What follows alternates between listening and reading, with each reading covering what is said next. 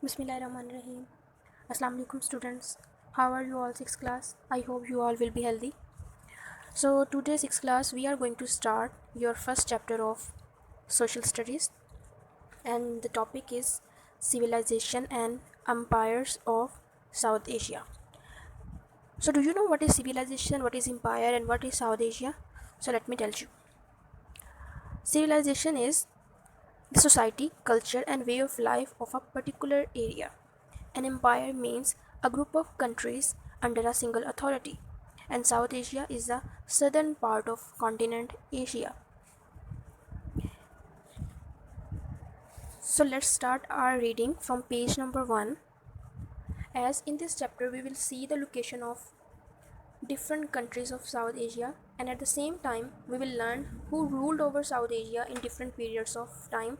We will see and we will study the timeline of different rulers. Okay, so let's start from page number 1. As you can see in your first slide, you can see a map. We will come to this map after reading this paragraph. So in this paragraph you can see the paragraph starts from South Asia usually refers to the landmass in Asia that comprises Pakistan, India, Bangladesh, Sri Lanka, Nepal, and Bhutan. This region is bounded by Arabian Sea in the southwest, the Bay of Bengal in the southeast, Myanmar in the east, China in the northeast, Afghanistan in the northeast, and Iran in the west. It is also known as Indian subcontinent. It is also regarded and it is also called Indian subcontinent. South Asia is also called Indian subcontinent. Also, what is a continent or a subcontinent? I hope you have learned the definition that continent is one of the largest landmass of the earth, and subcontinent is a major portion of any continent. Okay, sub means we are dividing a major landmass into different uh, different portion of any continent.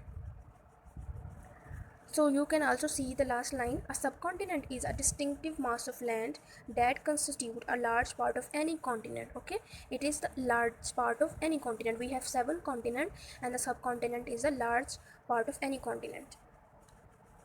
Distinctive means having remarkable and special qualities, or you can say differentiative because of some peculiar traits and qualities. Okay, so at the bottom of your map you can see a line. South Asia is a fertile landscape sporting a huge population. So in this area the area is so populous, there is huge population, and it is fertile because of the climate appropriation and because of fertility of the land. That's why there is too much population. And fertiles mean marked by great fruitfulness, or it is, you can say, it is a productive land. So if we come towards the map of South Asia, you can see there are 4 major directions: south, north, east, south, and west. So if we divide these 4 directions into more 4 directions, then you can see it becomes the upper. On the upper of this map you can see north portion, and the lower is south. At your left hand is west and your right hand is east. Okay, so you can see here China is in the northeast of Pakistan, as you read in your this paragraph, the very paragraph that is below your map. So you can see the location of China. It is in the northeast of South Asia. If you see in what is in the southeast, there is a Bay of Bengal, as you learn the Bay of Bengal in the southeast.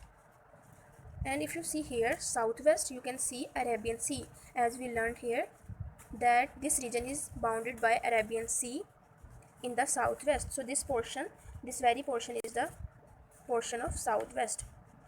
Or to coming towards the top of the map, you can see in the northwest is Afghanistan. Okay, and here is Iran, new name of Persia. Okay, Iran is a new name of Persia, and Myanmar is a new name of Burma. Okay, so by reading and by seeing, or you can locate all the countries and all the bay in your map. I hope you have understood.